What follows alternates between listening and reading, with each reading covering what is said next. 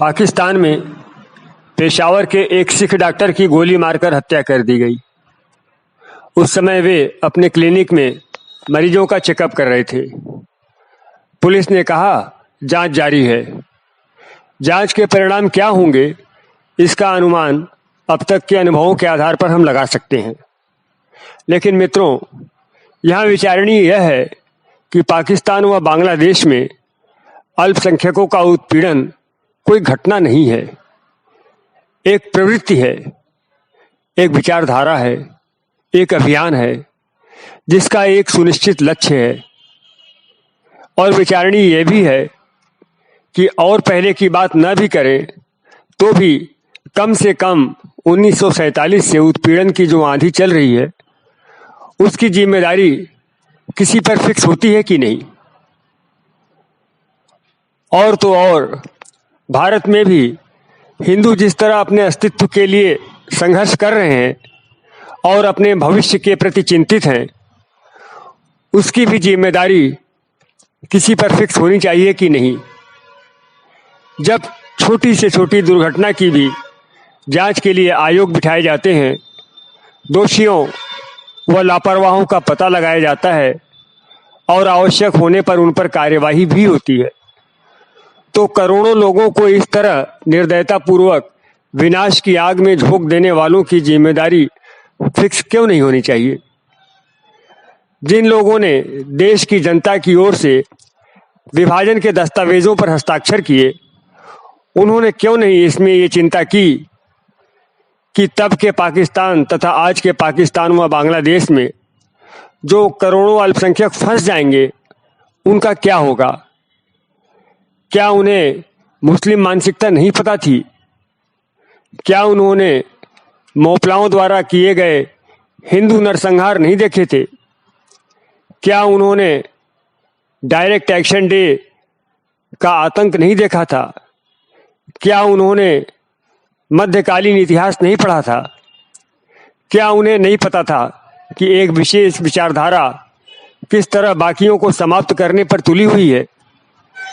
क्या उन्हें नहीं पता था कि एक देश जिसका निर्माण धार्मिक उन्माद के आधार पर हुआ है, हिंदुओं के प्रति घृणा के आधार पर हुआ है, वह गैर मजहबी लोगों के साथ क्या करेगा? क्या यह अनुमान लगाना कोई कठिन था कि जो हिंदू पाकिस्तान व बांग्लादेश में फंस जाएंगे उनकी क्या दशा होगी? और क्या उन्हें नहीं पता था कि जिस विचारधारा ने भारत में इतने अत्याचार किए और देश तोड़ दिया, वह विचारधारा यदि भारत में रह गई तो भारत का आगे का हाल क्या होगा। उन्होंने जनता के साथ विश्वासघात किया, छल किया, स्वयं तो सत्ता का सुख उठाया और लोगों को मरने कटने के लिए छोड़ दिया। इतने निष्ठुर थे ये लोग कि 1947 के बाद भी जब पाकिस्तान व बांग्लादेश में अल्पसंख्यकों के उत्पीड़न की सूचनाएं बराबर आ रही थी, तो भी कोई ठोस कदम उठाने के बजाय नेहरू लियाकत समझौते के रूप में एक और धोखा किए। क्या इतने नादान थे ये लोग कि नहीं जानते थे कि कट्टरपंथी पाकिस्तान इस समझौते का कितना पालन करेगा? क्या इतिहास में इस विचारधारा के लोगों द्वारा दिए गए धोखे उन्हें याद नहीं थे? क्या कुछ समय पहले ही जम्मू कश्मीर में पाकिस्तान ने जो किया था और पाक अधिकृत कश्मीर में हिंदुओं का जिस तरह उत्पीड़न हो रहा था, वह उन्हें नहीं पता था? नेहरू लियाकत समझौता यदि सही था तो श्यामा प्रसाद मुखर्जी ने मंत्रिमंडल से त्यागपत्र क्यों दिया? और क्या इस समझौते के पालन को सुनिश्चित कराने के लिए कोई तंत्र बनाया गया, कोई व्यवस्था की गई? समझौता 1950 में हुआ था। इसके बाद भी जब लगातार पाकिस्तान में अल्पसंख्यकों का उत्पीड़न चलता रहा, तब कोई कदम क्यों नहीं उठाया गया? क्यों नहीं कहा गया कि आप विश्वसनीय नहीं हैं, बेहतर होगा जनसंख्या की अदला बदली कर ली जाए, जैसी कि मांग पहले भी उठती आ रही थी। भारत के मुसलमान पाकिस्तान चले जाएं और पाकिस्तान से हिंदू सिख आदि भारत आ जाएं, जैसा कि कई लोगों ने पहले कहा था। 1966 में भारतीय जनसंघ के नेता निरंजन वर्मा ने तत्कालीन विदेश मंत्री सरदार स्वर्ण सिंह से इस समझौते के संबंध में जब कुछ प्रश्न पूछे तो उत्तर में उन्हें बताया गया कि 1950 का नेहरू लियाकत समझौता एक स्थायी समझौता है और भारत तो इसका पालन कर रहा है, लेकिन पाकिस्तान इसका लगातार उल्लंघन कर रहा है। वहाँ अल्पसंख्यकों का उत्पीड़न हो रहा है। यह भी बताया गया कि पाकिस्तान द्वारा इस समझौते का उल्लंघन समझौते के तुरंत बाद ही शुरू हो गया था। तो मेरा प्रश्न ये है कि जब तत्कालीन सरकारों को ये पता था कि पाकिस्तान समझौते का पालन नहीं कर रहा है और वहाँ अल्पसंख्यकों का उत्पीड़न जारी है, तो उन्होंने क्या किया? क्या यह समझौता जनता की आंखों में धूल झोंकने के लिए था, जिससे जनसंख्या के स्थानांतरण का जो सिलसिला चल रहा है वह रुक जाए? क्या समझौताकार ये नहीं चाहते थे कि पाकिस्तान से हिंदू भारत आएं और भारत से मुसलमान पाकिस्तान जाएं? और यदि नहीं चाहते थे तो क्यों? नेहरू लियाकत समझौते को दिल्ली पैक्ट के नाम से भी जाना जाता है। इसके 4 प्रमुख बिंदु थे। शरणार्थी अपनी संपत्ति का निपटान करने के लिए भारत व पाकिस्तान आ जा सकते हैं। अगवा की गई महिलाओं और लूटी गई संपत्ति को वापस किया जाएगा। जबरन धर्मांतरण को मान्यता नहीं दी जाएगी। दोनों देशों को अपने अपने देशों में अल्पसंख्यक आयोग गठित करना था। अब आप ही बताइए, पाकिस्तान से भारत आने वाले शरणार्थियों में कितनों को पाकिस्तान में स्थित उनकी संपत्तियां मिल पाई? अगवा की गई कितनी महिलाएं वापस की गई? अरे अगवा करने का खेल तो आज भी जारी है और इस काम में वहां का पूरा तंत्र इन्वॉल्व है। जबरन धर्मांतरण क्या इस समझौते के बाद रुक गया? क्या आज भी नहीं हो रहा है? तो क्या हम ये माने कि यह समझौता द्विपक्षीय नहीं एक पक्षीय था, जिसका पालन केवल भारत को करना था? लेकिन भारत तो यह काम पहले से ही कर रहा था, बिना किसी समझौते के। यहाँ अल्पसंख्यकों के हितों के लिए उपाय तो पहले से ही जारी थे, बिना नेहरू लियाकत जैसे किसी समझौते के। तो क्या यह समझौता केवल जनसंख्या के स्थानांतरण को रोकने के लिए किया गया एक प्रयास था? भारत ने जहां अल्पसंख्यकों को झोली भर के सुविधाएं दी, वहीं पाकिस्तान ने अल्पसंख्यकों को जमकर सताया। उनके उत्पीड़न की चर्चा करने बैठे तो पत्थर भी कांप उठेंगे। प्रश्न यहाँ यह भी है कि पाकिस्तान के अल्पसंख्यकों का आखिर दोष क्या था, गलती क्या थी? किस अपराध की सजा पा रहे थे वे और पा रहे हैं आज भी? उन्होंने तो बंटवारा नहीं मांगा था, जबकि भारत के जिन मुसलमानों ने बंटवारा मांगा था वे यहाँ पूरी दबंगई से रहे।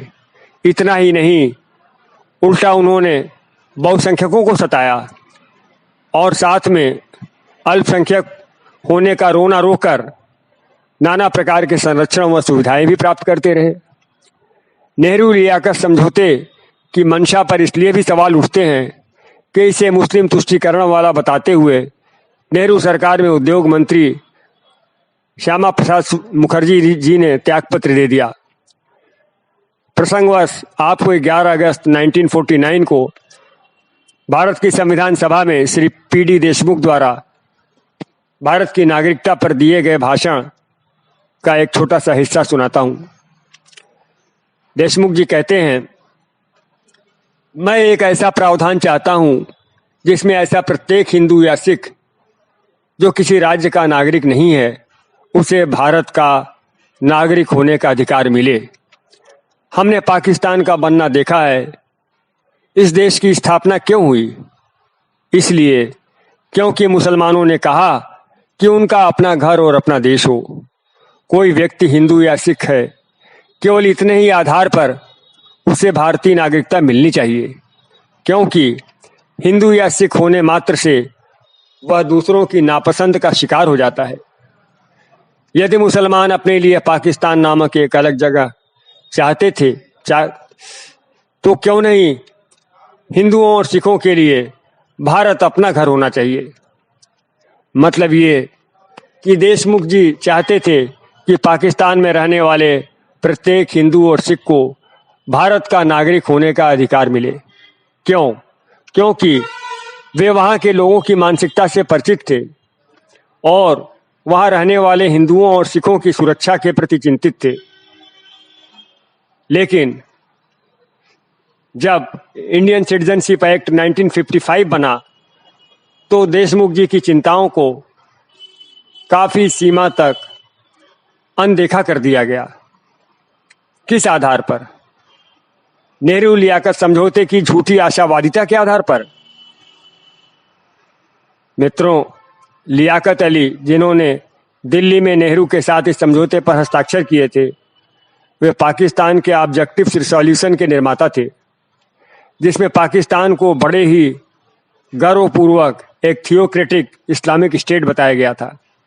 बता दें, जिस प्रकार भारत के संविधान के निर्माण के पहले जवाहरलाल नेहरू द्वारा 13 दिसंबर 1946 को संविधान सभा में ऑब्जेक्टिव रिजोल्यूशन प्रस्तुत किया गया था, उसी प्रकार पाकिस्तान की संविधान सभा में भी प्रधानमंत्री लियाकत अली द्वारा 7 मार्च 1949 को ऑब्जेक्टिव रिजोल्यूशन प्रस्तुत किया गया, जिसे 12 मार्च को स्वीकार कर लिया गया। इसमें बताया गया कि पाकिस्तान का भावी संविधान यूरोपियन पैटर्न का नहीं होगा, बल्कि इस्लामिक विचारधारा पर आधारित होगा। इसमें कहा गया था कि संपूर्ण ब्रह्मांड की प्रभुसत्ता अल्लाह में सन्निहित है। लियाकत अली ने इस रिजोल्यूशन पर प्रकाश डालते हुए कहा कि एक मुसलमान के रूप में हम ये विश्वास करते हैं कि सत्ता सर्वशक्तिमान अल्लाह में निहित है और इसका प्रयोग इस्लाम में प्रस्तुत मानदंडों के अनुसार होना चाहिए। अब आप ही बताइए, ऐसा प्रस्ताव प्रस्तुत करने वाले लियाकत अली के व्यक्तित्व को समझने में क्या कोई गलतफहमी होनी चाहिए? क्या यह समझ से परे था कि जिस देश की सत्ता इस्लामी आदर्शों के अनुसार चलेगी, वहाँ गैर इस्लामी लोगों का क्या हाल होगा?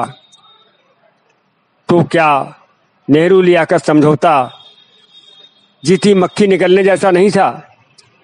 पाकिस्तान में रह गए अभागे हिंदुओं व सिखों के भविष्य को एक अंधेरी सुरंग में धकेल लेने जैसा नहीं था?